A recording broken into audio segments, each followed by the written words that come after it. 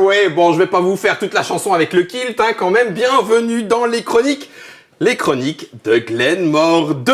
Et oui, si vous avez suivi la Trick Track Télé, nous avons, à l'époque où Sieur Fall était encore là, sans son kilt lui aussi, joué à Glenmore. Le jeu de notre ami Mathias Kramer s'en revient dans la version Chronicles. Et comme l'indique le petit Super Meeple avec son masque, parce que c'est une localisation, c'est Super Meeple qui en fait la version française. Salutations Bernard. Bonjour Guillaume. Bienvenue à toi, Lord Amish du clan des MacLeod, celui à qui on pourrait couper la tête, mais non, parce que quand même lui ça ne repousse pas, c'est Ombre-Lame. Salut Ombre-Lame. Salut Guillaume. Est-ce que tu as joué au premier ? Eh bien non. Donc tu vas vraiment découvrir Exactement. ce très très bon jeu qu'est Glenmore. Nous allons voir maintenant si le Glenmore 2 vaut son pesant de cacahuètes, puisque vous l'avez vu, la boîte par son couvercle est grande, mais ce n'est rien en comparaison de l'ensemble du matériel dont une partie est sur la table et l'autre partie est ici. Ça veut dire que comme c'est du Chronicles, vous allez avoir les chroniques de Glenmore à ouvrir. Alors Bernard, est-ce que c'est une campagne ? Est-ce que c'est un legacy ? Non, c'est pas du tout un legacy. Ce sont des éléments additionnels à une partie de base. On en rajoute un, on en rajoute deux, on peut en rajouter trois. La règle dit, en rajouter deux, c'est bien par partie, maximum.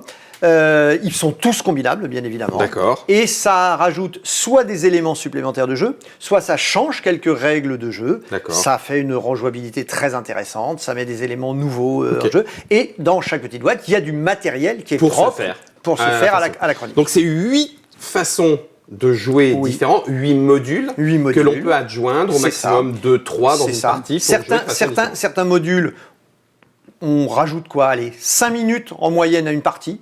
Certains modules vont rajouter 20 minutes à une partie. D'accord. Voilà. Ok. Glenmore Chronicle, Glenmore 2 est toujours de notre ami Mathias. 2 à 4 joueurs toujours. Il n'y a pas de 5e joueur ajouté. 90... Non, c'est même l'inverse. Il y a eu un 5e joueur enlevé. C'est vrai. Le Glenmore de base était un jeu de 2-5. Un 2-5.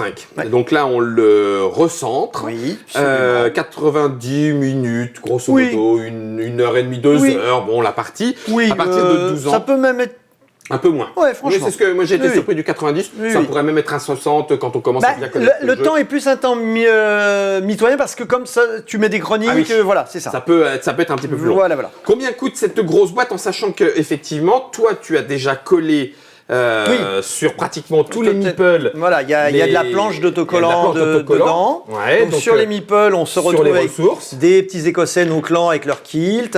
Il y a les rondins de bois ont leur propre motif, les pierres, l'orge là également. Tiens, attends, bouge pas. Vas-y, je te les donne. Voilà. Je prends les. Donc tout ça, tu l'as collé. Donc comptez à peu près une demi-heure pour un psychopathe comme moi qui veut pas que ça dépasse. Oui. Je vais même être très très franc. Moi-même, dépunchage de la boîte, puis trouver ce qui va dans chaque petite boîte. Honnêtement, j'en ai eu pour 2 heures. J'en ai eu pour 2 heures. Mais c'est tellement bon. Mais c'est tellement bon quand on est ça, le collage et tout, oui, c'est ça. C'est parti. Bon, voilà, ça marche. Alors, on va être clair tout de suite. Dans les gens donc, qui vont acheter... On n'a pas dit oui, pardon, oui.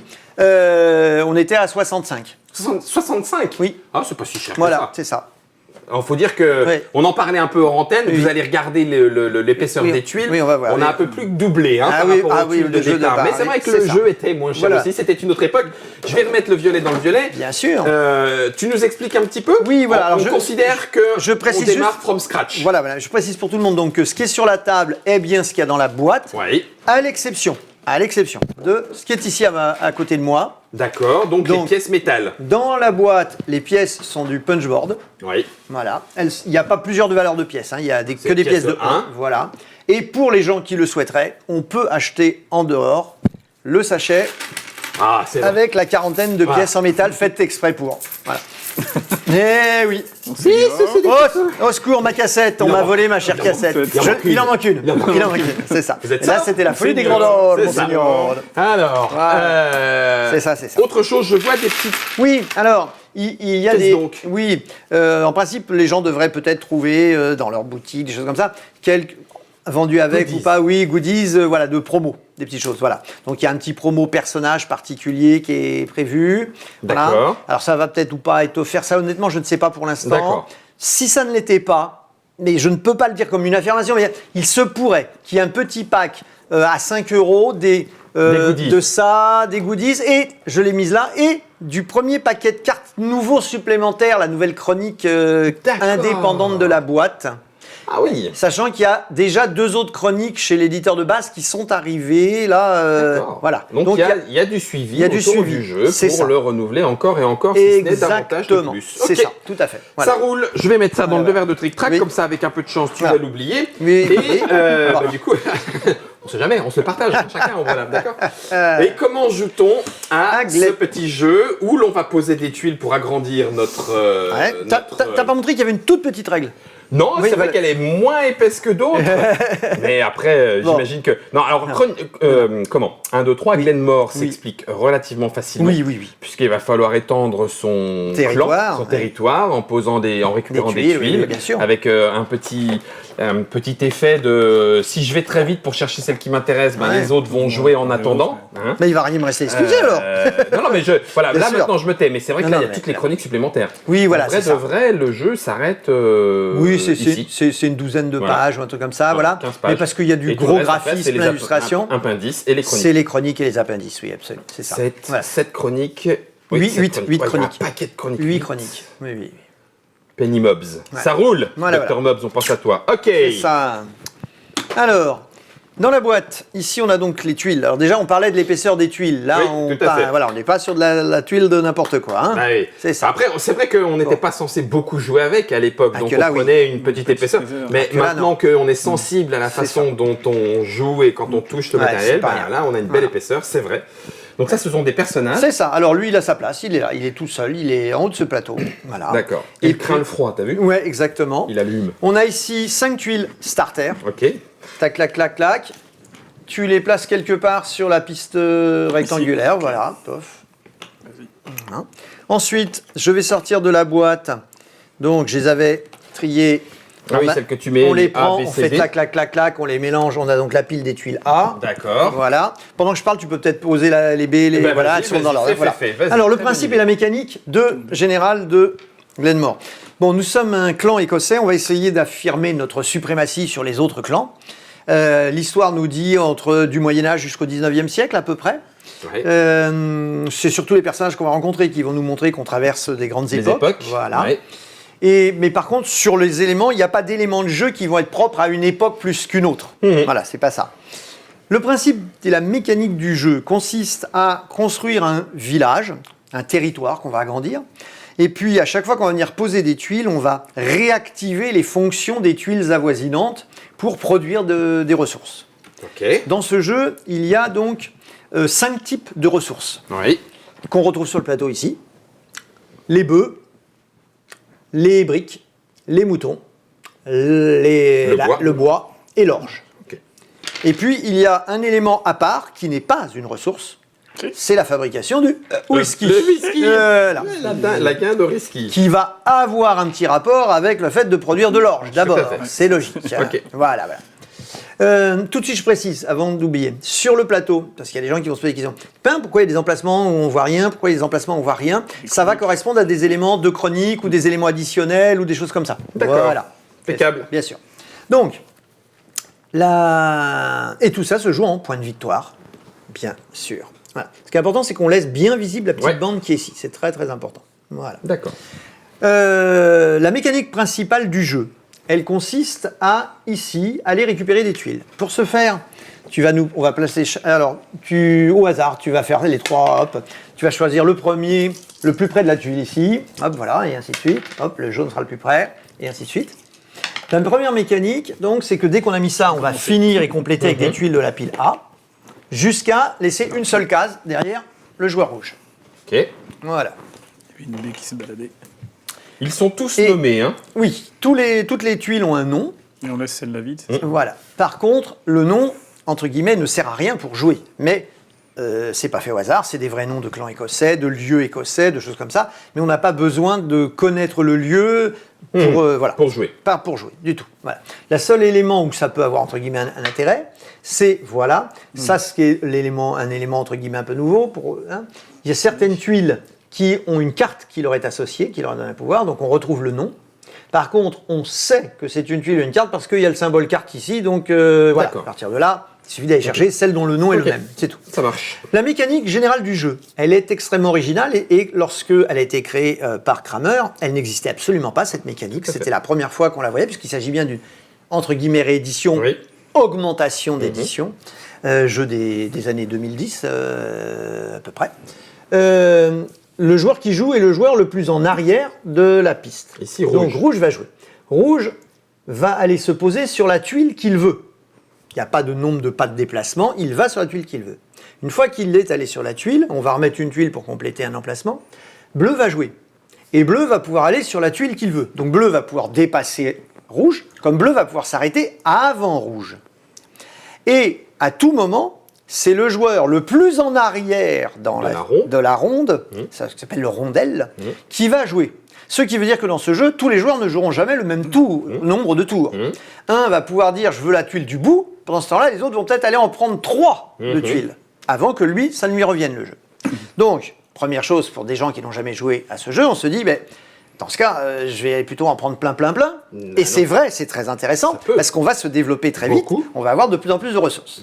Mais je laisse un peu de suspense, nous verrons qu'à la toute fin du jeu, si on a finalement un très grand territoire et que d'autres en ont un petit, ça va faire mal ça va faire très mal en différentiel négatif. Voilà. Donc c'est pas... C'est à surveiller. C'est à surveiller. À tout moment, on regarde où en sont les autres. Donc le dernier joue, prend une tuile, l'ajoute tout le temps à son territoire ou pas ? Justement. Ça, c'était Glenmore. Oui. On prenait une tuile, on l'ajoutait. Maintenant, non. Maintenant, non, parce qu'est arrivé un deuxième plateau qui n'existait pas et qui va intervenir dès que l'on va prendre une tuile sur laquelle il y aura un personnage. D'accord. Bon. Là, le hasard a fait qu'on n'en a pas eu dans un, mais il aurait pu déjà y en avoir quelques-uns. Il y en a déjà, et puis il y en aura de plus en plus. Mais bon, voilà. Dès qu'on prend un personnage, ce personnage, il va se poser à côté. Il ne compte pas dans le nombre de tuiles à la fin du jeu, puisqu'on ne compte que le nombre de tuiles du village ou du territoire. Oui. Et dès que j'ai un personnage, je viens me positionner sur ce plateau pour récupérer des bonus one-shot immédiat ou permanent. Avec infini. Avec infini. Voilà. Ça, c'est la mécanique générale. Lorsqu'un joueur a joué, on complète la piste avec des tuiles, en laissant toujours une case vide derrière le dernier. Si en faisant ça, on pose la dernière tuile d'une des piles, on déclenche une phase de scoring. Le scoring, il va s'établir sur 4 domaines. Les dessins sont ici. Alors, on va d'abord regarder là. Ça, c'est une nouveauté par rapport à Glenmore 1. Oui. Nous n'avions pas cette double tuile. Non. Nous avons une tuile de départ qui est composée de 2 tuiles. On le voit bien par l'arrière. C'est bien 2 tuiles scindées. Elles comptent pour 2 à la fin du jeu. Voilà. Il y a d'un côté le village, à gauche, et il y a le château initial à droite. Oui. Bien. Et ces 2 tuiles sont traversées par une rivière. Et plus en croix. Et plus. Alors, dans Glenmore 1, il y avait la possibilité d'avoir des rivières horizontales et verticales. Il n'y en a plus en verticale. Et il n'y en aura pas plusieurs en horizontale, puisque dans ce nouveau jeu, toute tuile rivière, voilà une tuile rivière, sera obligatoirement mise à gauche ou à droite de celle-ci. Donc finalement, potentiellement, on va dire qu'il y a toutes les chances pour que ce soit une rivière qui sépare notre territoire en deux parties qui vont se... Voilà. Alors, les tuiles rivières, bon, elle est dessinée. Maintenant, si jamais on ne la voit pas, il y a ce symbole. Ça, c'est le symbole rivière. Voilà, qui nous dit obligatoirement à gauche et à droite. Ensuite, au début, nous avons un petit bonhomme qui est sur le village. Et on le sait parce que c'est le symbole qui est en bas à gauche qui dit, quand cette tuile est posée, il y a automatiquement un bonhomme qui arrive dedans. Donc c'est le cas, et c'est notre position de démarrage. Nous allons donc avancer. Sur les tuiles, il y a plusieurs motifs. Des petites barrières, des petites caisses. Ça va déterminer des familles de tuiles. Et ces familles, elles n'ont pas d'importance au moment où je prends la tuile pour aller la poser. Mais elles vont en avoir par rapport maintenant à ces plateaux qui vont nous dire qu'on va avoir peut-être, on le verra quand on regardera un peu plus de détails, mais je vais activer des tuiles de cet ordre-là ou d'un autre ordre. Absolument. C'est en fonction de ce motif. Voilà. On a le nom. Bien. Et ensuite, on a, alors je vais essayer d'aller en prendre une qui serait très chargée en motifs dans les dernières piles, par exemple. Voilà. Voilà ce qu'on peut avoir au maximum comme iconographie sur une pile. On a donc ici son nom et sa famille. C'est un château. Voilà. Ici, ça veut dire que pour aller prendre cette tuile, voilà ce que je dois payer au moment de la prendre. Quand je me pose dessus, il faut que j'ai de quoi la payer. Si je n'ai pas de quoi la payer, je peux essayer au moment en question d'aller avec le marché, faire ce qu'il faut pour arriver à la payer. Je devrais donc donner un bois, une brique, un bœuf, et là, je la prends, je vais venir la poser. Attends, je voulais la laisser. Mais quand je vais la poser, ça c'est l'activation immédiate. Donc je prends la carte. Je vais prendre la carte qui va avec. Et je mets un bonhomme. Et je vais appliquer les bonus correspondants. Et je vais poser un bonhomme dessus. Ça ne sera qu'un one shot. C'est au moment où je la pose. Et ensuite, ça sera son activation permanente. À chaque fois, on va expliquer comment mécaniquement elle va être réactivée. Ça sera ce pouvoir-là qu'on activera. Ça y est. Voilà. Là, on est bon. Ok. Et toutes les tuiles n'ont pas autant de choses dessus. Bien sûr. Tu as pris dans les dernières exprès. J'ai pris dans les dernières. Qui peut le plus. Mais celles de départ sont même gratuites. Oui, elles sont totalement gratuites. Il faut bien démarrer. On est bien d'accord. Donc, maintenant qu'on sait ça, on peut expliquer. On est arrivé à la fin d'une pile, la file A. On arrive à la fin de la B. On arrive à la fin de la C. Il y a le comptage qui est là. On va regarder ici le nombre d'Écossais qui seront au moment où la tuile est posée dans le château initial. Il y aura d'autres châteaux qui seront sur la cage château initial. Nos lords. Voilà. Nos lords écossais. Ceux qui seront rentrés à la maison. La réunion ceux qui sont dans le château. Bien. La réunion des lords. Exactement. Ça, c'est l'élément de départ. Les cartes. On va regarder le nombre de cartes que l'on possède. Donc les lieux-dits importants. Les lieux-dits importants. On va regarder le nombre de tonneaux qu'on aura dans notre production. Je mets tout de suite une incise. Toutes les ressources se posent sur des tuiles. Seuls les tonneaux sont en dehors. Puisque ce n'est pas une ressource. Avec une limite de stockage. Et il ne peut jamais y avoir plus de 3 ressources sur une tuile présente. Comme Glenmore. Voilà, comme le jeu de départ. Et puis la nouveauté, on va regarder les personnages. Là, tout le monde pourrait se dire « Ouais, ça va, c'est facile. » Oui, mais non, c'est là qui est tout le sel de ce jeu. On ne marque pas des points en fonction de combien on a de bonhommes, combien on a de cartes, mais on marque en fonction du différentiel entre celui qui en a le moins dans chaque série et le combien j'en ai moi. Et là, on a un petit tableau qui nous dit comment ça fonctionne. J'ai 3 tonneaux.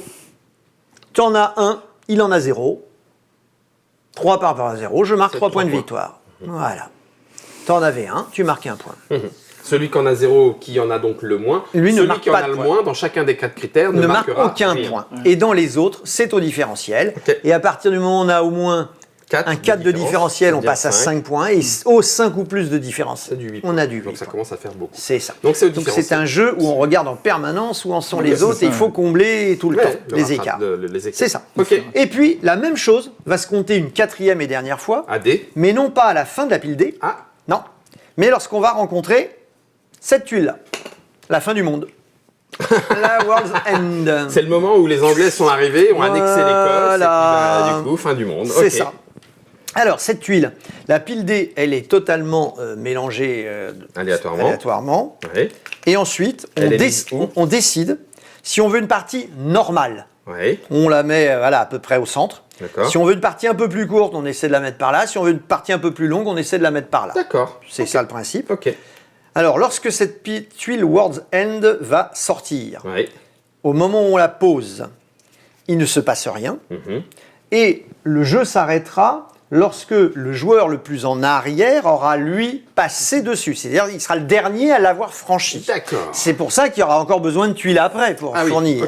Effectivement. Lorsque ce joueur, le dernier sur la piste, l'aura franchi, tout le monde est passé au moins par-dessus. Dernier décompte. On met fin au jeu. On a notre décompte, le même, et s'ajoute un décompte supplémentaire, qui est ici. Alors, qui est très simple, c'est, certains auront quelques points de victoire sur des cartes, on les ajoute, et sinon, c'est 1 point de victoire par pièce en notre possession, voilà, et la fameuse histoire, moins 3 points par tuile que l'on a de plus dans son plateau que celui qui en a le moins. Moins 3, ça fait mal. Donc, tu as intérêt à les avoir bien optimisés, les tuiles que tu as en plus. Moins 3 par tuile supplémentaire par rapport à celui qui en a le moins. Voilà. Ça, c'est la mécanique complète et générale. Bien. Alors, il nous reste à voir l'activation. Tu nous as parlé d'activation. Exactement. On construit. Il nous reste 10 minutes d'explication. Ça tient très bien. comment est-ce que j'active mes tuiles? Je me suis déplacé, tu me poses mon petit bonhomme sur une tuile, voilà, toc, tu on va faire, attends, bouge pas. Hop, ouais, c'est Bernard qui est jaune et voilà, allez, j'ai choisi de prendre les moutons. Je prends les moutons. Voilà. Comment ça fonctionne? Première chose à savoir, ce n'est pas un fleuve, donc il n'est absolument pas question que je le mette là ou là. Tout à fait. C'est une clôture. Ensuite, je ne peux pas poser en diagonale. Je suis obligé d'être en orthogonalité. Ok, avec du précédent. Mais je suis obligé d'être en orthogonalité avec le fait que si je la pose, je dois avoir dans les 8 cases potentielles qui l'entourent, il faut qu'il y en ait une sur laquelle il y a au moins un bonhomme pour créer la situation. Là, c'est le cas. C'est le cas. Ok. Voilà. Donc, on va tout de suite montrer une situation. Arrive un tour suivant, je suis là. T'as pas le droit de la mettre Je là-bas. ne peux pas la mettre là parce que je n'ai pas un bonhomme dans les 8 cases ici présentes. Comprends. Voilà, c'est le Je principe. vais le monter un tout petit peu plus, Bien sûr. plus visible. Voilà. Et donc, qu'est-ce que ça veut dire que de la poser? Ça veut dire que si elle avait eu un petit bonus ici, je le gagnais tout de suite. Et sinon, j'active la tuile et j'active elle et les 8 potentiels qui sont autour. Donc, au moment où tu la poses. Au moment où je la pose. D'accord. Donc, ici, je vais lui mettre un mouton dessus. Ok. Là, dans le cas présent, ce ne sont pas des ressources. Non, ce sont des déplacements. Ce sont des déplacements que je gagne. Là, tu as deux je gagne donc 2 pas de déplacement. Ça peut être 2 pour un seul bonhomme, ça peut être 1 réparti comme on veut, et eux peuvent se déplacer en diagonale. C'est-à-dire que ça, c'est un seul déplacement. Ah oui, ok. C'est des nombres de pas de déplacement. Ok. Ce qui permet d'aller activer. Ce qui va me permettre d'un bonhomme là, qui dit que dorénavant, je vais pouvoir aller remettre des tuiles par ici. Et donc, c'est tout le sel de ce jeu, c'est qu'on va donc voir que dès qu'on a fini finalement une zone, les tuiles du centre ne peuvent plus être activées puisque c'est seulement celles qui viennent se mettre autour. Bien. Donc on n'a aucun intérêt à laisser des bonhommes au centre. On a intérêt à les exporter vers le tour. À quel moment mon château là sauf que il faut regarder en permanence où en sont les piles et se dire quand reviendra mon tour, est-ce que juste avant moi il n'y aura pas l'activation? Auquel cas j'aurais quand même eu intérêt à les ramener là pour marquer mes points. Ah oui, d'accord. Et oui. Il n'y a plus cette particularité de Glenmore qui était de dire je ne l'utilise pas, je le nomme l'heure. Oui. Là maintenant c'est tout en déplacement, il faut le ramener au château. Et il faut se débrouiller. D'accord. Voilà. Ok. C'est ça. Ok. C'est exactement donc cette activation, il y a besoin d'y avoir un de mes bonhommes adjacent à la tuile que je pose pour pouvoir la poser. Cette tuile active la tuile même et les potentiellement 8 qui sont autour. Les potentiels 8 autour. Ok. C'est tout à fait ça. Donc ça c'est facile. C'est vraiment la règle. Maintenant l'autre élément, c'est quand je vais chercher un personnage. Voilà, donc on vient d'en dévoiler un. Donc, je prends ma tuile personnage. Voilà. Il vient se poser à côté. Il ne comptera pas dans les moins 3 points à la fin du jeu. D'accord. Bien sûr. Et immédiatement, je prends un petit bout de kilt à ma couleur et je vais aller me positionner sur ce plateau. Donc ça, c'est l'effet boussole, hein, c'est ça? C'est l'effet boussole. Ok. Boussole qui est là et qu'on voyait ici aussi à Dunnan Castle. C'est tout à fait ça. Parfait. Alors, la case de départ est ici. Ok. Ça veut dire que je pars de là et je peux partir où je veux. Ok. Je peux très bien décider donc d'aller déjà les 4 premières, m'y poser, et immédiatement je vais activer le pouvoir qui est ici. Mais je peux très bien décider d'aller plus loin. Oui. Par contre, je dois m'acquitter du coût supplémentaire en chemin. Si je pars de là et que je dis je veux aller tout de suite faire celle-là, ça fait une pièce. J'ai gratuit, une pièce, 2 pièces, il faudra donner 2 sous pour faire le chemin. D'accord. Bon, ça c'est le point de départ. D'accord. C'est en rouge, tu payes. Ok. La particularité, c'est que par la suite, bleu prend un personnage, et bleu voudrait activer celui-ci. Bleu ne part pas de là, bleu peut partir de là, ou peut partir de tout petit point existant, qu'il soit à sa couleur ou la couleur d'un verre, voilà, et dire j'y vais. Donc, bleu vient se mettre là, c'est gratuit, parce que de là à là, c'est gratuit. D'accord. Il y a déjà un clan là, je pars de chez lui et je vais là. Parfait. Voilà. Parfait. Dans ces points, ce sont les boussoles. C'est les boussoles, donc lesquelles on va donc trouver du one-shot, où on va retrouver les mêmes iconographies. Les petits personnages dans du vert, c'est comme ce qui est en bas à droite, à gauche des tuiles, c'est je prends tout de suite de la ressource. Et puis, il y en a d'autres qui sont plutôt du scoring, de l'avantage. Et beaucoup donc dépendent donc de famille. On va activer une tuile d'une famille. Et celle-ci, celle-là, elles sont construites sur la même manière. On regarde le symbole central. Oui. Ça rapporte avec de l'argent, ça avec des tuiles fleuves, des villages. Voilà. Et j'en ai 9 au moment, j'ai 9 sous au moment où j'ai 5 points, j'avais 12 sous au moment où je me pose, j'ai 8, voilà. J'ai déjà 3 tuiles maison, j'en ai tant. Voilà, c'est le principe général de fonctionnement. Oui. Les bleus sont plutôt sur de l'activation. Alors, la couleur bleue, non, la couleur bleue correspond à la distance par rapport à... Ça, c'est les verts sont à une case, les bleus sont à au moins 2 cases. C'est sur le fonctionnement. Voilà. Donc, celles-là ne nous servent à rien dans le jeu de base tel qu'il a. Et il y en a une qui n'a rien à voir avec la règle, qui est celle-ci. À tout moment, je peux venir me mettre là. C'est emplacement multiple, autant de gens que... Pour un bonhomme, j'ai pris une option de 3 points de victoire. D'accord. Voilà. Ok. C'est le principe. On peut le faire qu'une fois. Pardon ? Non, toi, tu peux y revenir plusieurs. Voilà. Si t'as rien de mieux à faire, t'as 3 points. Et petite chose, voilà. La particularité, c'est celle-ci. C'est déjà bien. Quand tu vas dans le clan des McKay, tu récupères la tuile de McDoom que tu mets là. Oui. Et la particularité, c'est qu'elle compte pour 2 personnages. Ah oui, d'accord. Donc c'est une tuile à 2 têtes pour une tête. Ah oui, d'accord. Voilà. Pour aller chercher McKay. Aller chercher, c'est ça. Là, on a les éléments clés. Clés, sauf les points d'interrogation. Alors, c'était quoi ? Alors, je ne l'ai pas dit, mais dès qu'il y a un petit hexagone et point d'interrogation, ça veut dire que vous prenez une ressource au choix. Une ressource. Une ressource. Les whisky ne sont pas des ressources. Non, c'est ça. L'argent n'est pas une ressource. Non, il reste à expliquer le marché. Donc le marché, voilà, 5 minutes, le marché, on aura fini. Absolument. Le marché. Le marché, il est tout simple. Je veux aller acheter une brique, une pierre. Et ben voilà. Le coût actuel, il est là, c'est 1. Je vais aller mettre ma pièce et je vais aller prendre une brique. Ok. Bien. Si quelqu'un veut aller acheter encore une brique maintenant, ou moi-même, j'en voulais 2 dans le même tour. Je suis obligé d'acheter ma 2e brique. Ouais. Ça coûte 2 sous. Tu mets les 2. Et je mets mes 2 pièces. Okay. Voilà. Moi, j'en ai une, je veux la vendre. Tu veux la vendre. Tu vas donc la vendre ici. Ah oui, donc je prends les 2. L'achat dans ce sens-là, la vente dans l'autre sens. C'est facile. Voilà. Facile. Par contre, au début du jeu, on ne peut donc rien acheter. Vendre. Non, on ne peut rien vendre. Ah, on ne peut rien vendre. Voilà. On ne peut rien vendre tant que quelqu'un n'a pas au moins fait un achat, il n'y a pas des pièces à prendre. Il n'y a pas eu de commerce. Il n'y a pas encore eu de commerce. Oui, ok. Voilà. Là, honnêtement, on a donné tous les éléments de la règle de Glenmore 2, jeu de base. Sans aucun des... Sans avoir parlé des 8 modules. Chroniques. Voilà. Les 8 chroniques. Le but ici n'est pas d'expliquer les chroniques. Bah non. Mais tu vas me donner quand même, tu vas me donner la boîte, tu vas me filer la boîte 1. Dragons. La boîte 1, la boîte 2. S'il te plaît, déjà. Voilà. Allez, boîte 1. Merci. Juste pour voir un peu ce qu'il y a dans les chroniques. Ben voilà. Allez. Qu'est-ce qu'on veut alors, par exemple, dans la chronique. Non, moi je m'en fous, j'ouvre les dragons. Vas-y, ouvre le 2. Chronique 2, surprise. Oh, matériel particulier. Oh, une colline. Une colline qui va occuper un emplacement de 2 tuiles. Ok. Voilà. Et il va y avoir un jeu très particulier. Dès qu'on passe sur la colline, on est obligé de déposer des ressources. Ouais. Et puis de temps en temps, il y a quelqu'un qui va pouvoir arriver sur la colline et qui va récupérer les ressources, ce genre de choses. Surprenant, dis donc. Oui, voilà. Ah ouais. Bon. Je peux regarder les dragons ? Bien sûr. La course des dragons. Ah bah oui.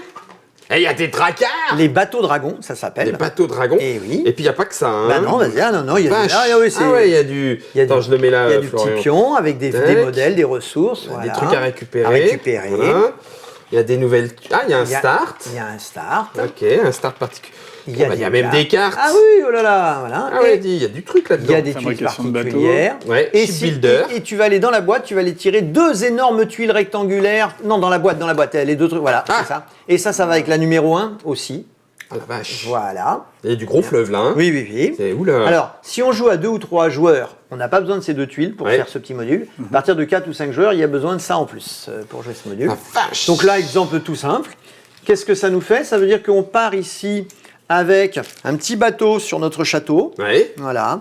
Quand quelqu'un va... Alors la tuile start, elle va être introduite dans la première pile. Oui. Quand un joueur va passer dessus, ça lance la course des bateaux. D'accord. Et puis, on va pouvoir avoir un choix d'activation de bateau qui fait qu'on va avancer son bateau d'une case sur notre tuile. Sur la rivière. Si j'avais déjà mis une autre rivière, il faut que j'aille un peu plus loin. Ouais. Quand j'ai fini, je passe sur ta rivière, je rentre par ta gauche, puis j'en sors et ainsi de suite. On fait le tour de table. Ouais. Sur chaque château sont posées des petites ressources, donc je vais aller à gagner. Voilà. Et il y a bien sûr des nombres de points de victoire à gagner pour qui est le premier à avoir fait son tour complet. C'est ce qu'on a vu sur la carte. Voilà, ce genre de choses. Ça change. pas mal la façon de jouer. Tu y joues comme d'habitude, mais tu as quand même ça va déprioriser tu d'autres choses, rajoutes prioriser des éléments. celle-là. C'est ça. En fonction de tes stratégies, ça te donne de nouvelles stratégies. C'est Forcément, ça, voilà. quand tu ouvres une chronique, tu as envie de l'essayer, donc tu vas jouer un petit peu avec. C'est ça, voilà. Pas forcément et puis, à bon tu vas escient. juste me prendre Pennymops, voilà, et puis après, c'est tout. Les gens après arrivent. Oh, bah oui, faut pas tout spoiler. 7 ou 8 7, Pennymops, non 7 Pennymops, c'est la 8. C'est la 8, voilà. Juste pour dire. Hein. Oui, juste Allez, pour dire, voilà. c'est du bonus, mais 30 C'est secondes. voilà. Allez. Voilà. Ah oui, il y a ce qu'il faut là-dedans.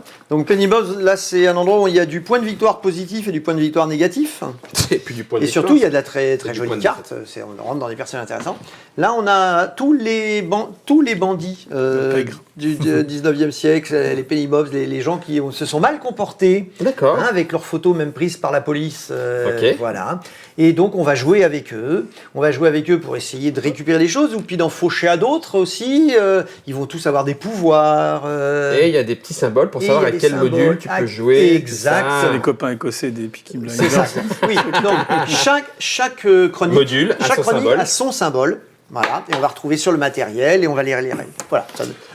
Vous avez la totale, le jeu était à la base un Kickstarter, c'est Funtails qui l'avait proposé et grâce à Super Meeple, on le trouve en français intégralement, c'est Glenmore 2 Chronicle, 2 à 4 joueurs à partir de 12 ans, 90 à 120 minutes en fonction du nombre de chroniques que vous allez ajouter.